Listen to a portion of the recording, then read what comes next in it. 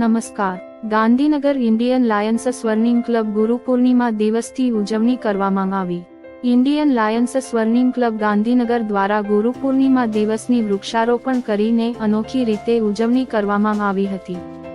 સૌપ્રથમ ગાંધીનગરમાં આવેલી શ્રીનાથ હોમ્સ સોસાયટી ખાતે આદરણીય ચીફ પેટ્રન હિતેશભાઈ પંડ્યા સાહેબના હસ્તે વૃક્ષ વાવી ગુરુ વંદના તેમજ વૃક્ષારોપણ કાર્યક્રમનો શુભારંભ કરવામાં આવ્યો હતો.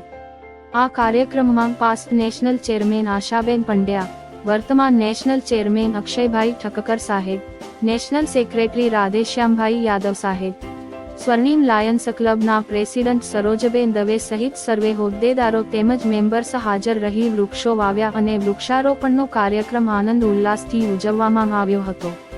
આ કાર્યક્રમમાં શ્રીનાથ હોમ્સ સોસાયટીના સભ્યો પણ મોટી સંખ્યામાં હાજર રહી વૃક્ષોનો ઉછેર તથા જતન કરવા સંકલ્પ કર્યો હતો.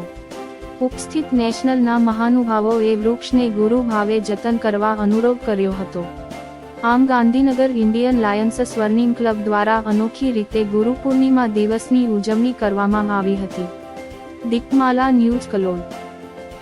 વૃક્ષોનો મનુષ્ય જીવનમાં બહુ મોટો ફાળો છે, કેમ કે આજના ભાગતી દોડતી જિંદગીમાં સખત વૃક્ષોને નુકસાન પહોંચાડવામાં આવી રહ્યો છે, એટલે પર્યાવરણને જબરજસ્ત નુકસાન થઈ રહ્યું છે.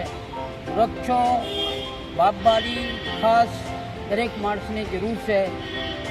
વૃક્ષો ના હોય તો મનુષ્ય જીવન નો અર્થઘટન કરવું મુશ્કેલ છે.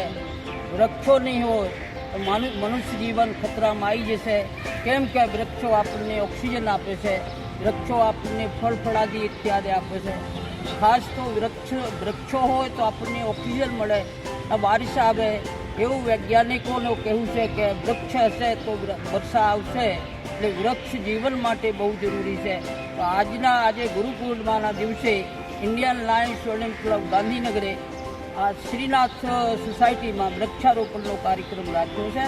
એ બહુ આજે સરસ કામ કર્યો છે. અમારી ક્લબના બધા મેમ્બરોને ખૂબ ખૂબ આભાર, ધન્યવાદ આપું છું.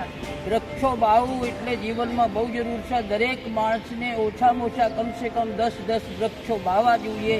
વાવીને પછી એનો ઉછેર પર કરવા જોઈએ. એટલે વૃક્ષો હંમેશા મનુષ્યના જીવનમાં જન્મેના જ્યાં સુધી મરે ત્યાં સુધીનો વૃક્ષ સાથી હોય છે. આટલી વસ્તુ કહીને હું મારી વાણીને વિરામ આપું છું. મારી ટીમને ખૂબ ખૂબ ધન્યવાદ, આભાર. જય ઇન્ડિયન લાયન્સ.